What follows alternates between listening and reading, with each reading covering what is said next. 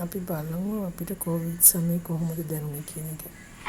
මේ විදිහට තමයි අපි කොවිඩ් සමයේදී රාජකාරී කටයුතු වල යෙදෙනකොට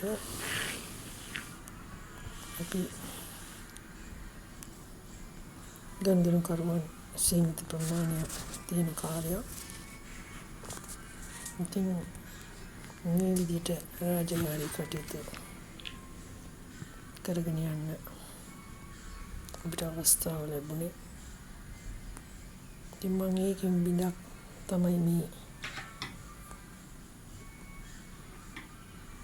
අරගෙන ආවේ. මේ විදිහේ සමයක් අපිට ගත වුණා. මම මේ රාජකාරී කරන අතරතුර ගත්ත වීඩියෝ ඒ සමය අපිට අමතක කරන්න බැරි කාලයක්. ඒක මතකයට හොඳයි කියලා හිතන මේ විදිහට මාස්ක් දාගෙන තමයි රාජකාරී කටයුතු කරේ.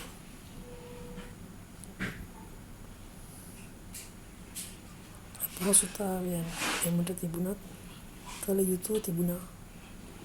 ඒ